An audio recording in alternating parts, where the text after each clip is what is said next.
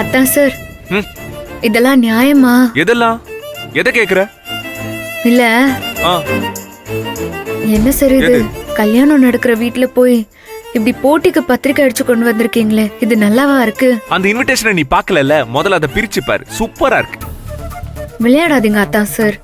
நடக்க போறது யாரோட கல்யாணம் சொல்லுங்க? உங்க கூட பிறந்த தங்கச்சி கல்யாணம் தானே. அந்த கல்யாணத்தோட பொறுப்பை ஐயா உங்க கையில தானே ஒப்படைச்சிருக்காரு. Come on, Nandini. கீழே அவங்க பேசின அதே விஷயத்த பத்தி பேசி நீயும் போர் அடிக்காத, என்ன புரியுதா? சார், நான் சொல்ல வரத தயவு செஞ்சு புரிஞ்சுக்கங்க. ம், இந்த கல்யாணத்துல யாரு முக்கியம்? நானா நீங்களா?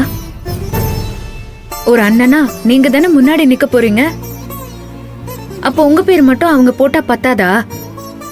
இந்த மாதிரி பண்ணி எதுக்கு சார் வெறுப்பு சம்பாதிக்கிறீங்க? ஐயோ நந்தினி, அவங்க என்ன ஸ்கெட்ச் போட்டு உன்னை எங்க கொண்டு வந்து நிப்பாட்டுறாங்கன்னு உனக்கு புரியலையா?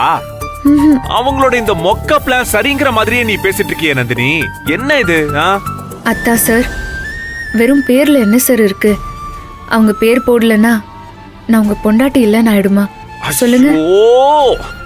ஐயோ ஏன் நந்தினி, அது இல்ல. இது வெறும் ஒரு பேரோட விஷயம் மட்டும் கிடையாது. உன் ஸ்டேட்டஸோட சிம்பிள்.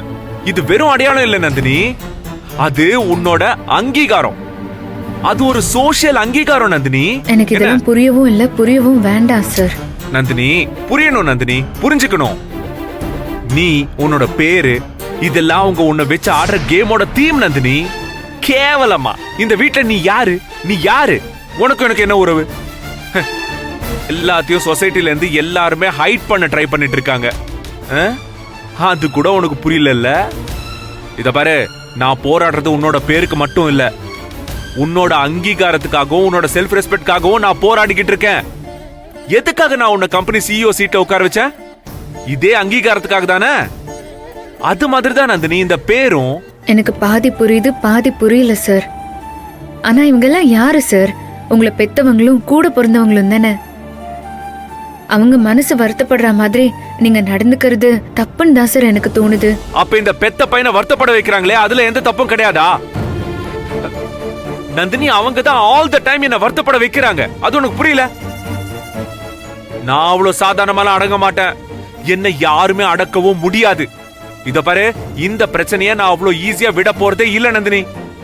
உனக்கு இத பத்தி புரியுதா புரியலங்கிறத பத்தி எனக்கு கவலையே கிடையாது. ஆனா நான் ஒரு நாளும் உன் தன்மான விஷயத்துல விட்டு கொடுக்கவே மாட்டேன். Got it? Got it? Thank you. புரியுதா? கவலைப்படாத, இந்த அத்தா உன் கூட இருக்கல்ல. ஸ்மைல். Come on, smile.